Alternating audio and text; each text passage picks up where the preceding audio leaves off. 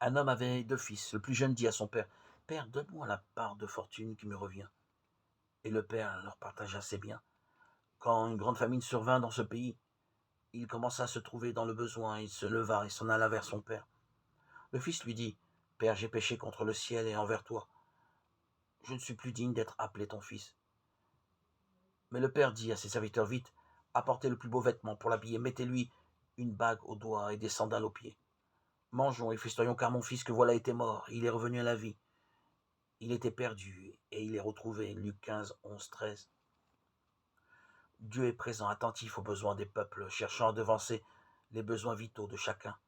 Josué chapitre 5. De la même manière, chacune de nous est recherché par le Père, parce qu'unique, indispensable à sa joie, Luc 15. Mais nous voyons bien comment nos sociétés sont divisées, et aussi nous-mêmes en profondeur. Au nom du Christ, supplie l'apôtre Paul, laissez-vous réconcilier avec Dieu. 2 Corinthiens 15, 20.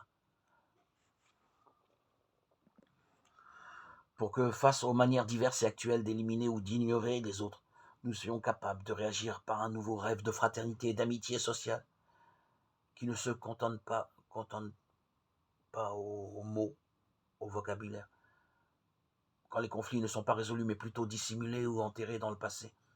Il y a des silences qui peuvent être synonymes de complicité avec des erreurs et des péchés graves. Mais la vraie réconciliation, loin de fuir le conflit, se réalise plutôt dans le conflit en le dépassant par le dialogue et la négociation transparente, sincère et patiente.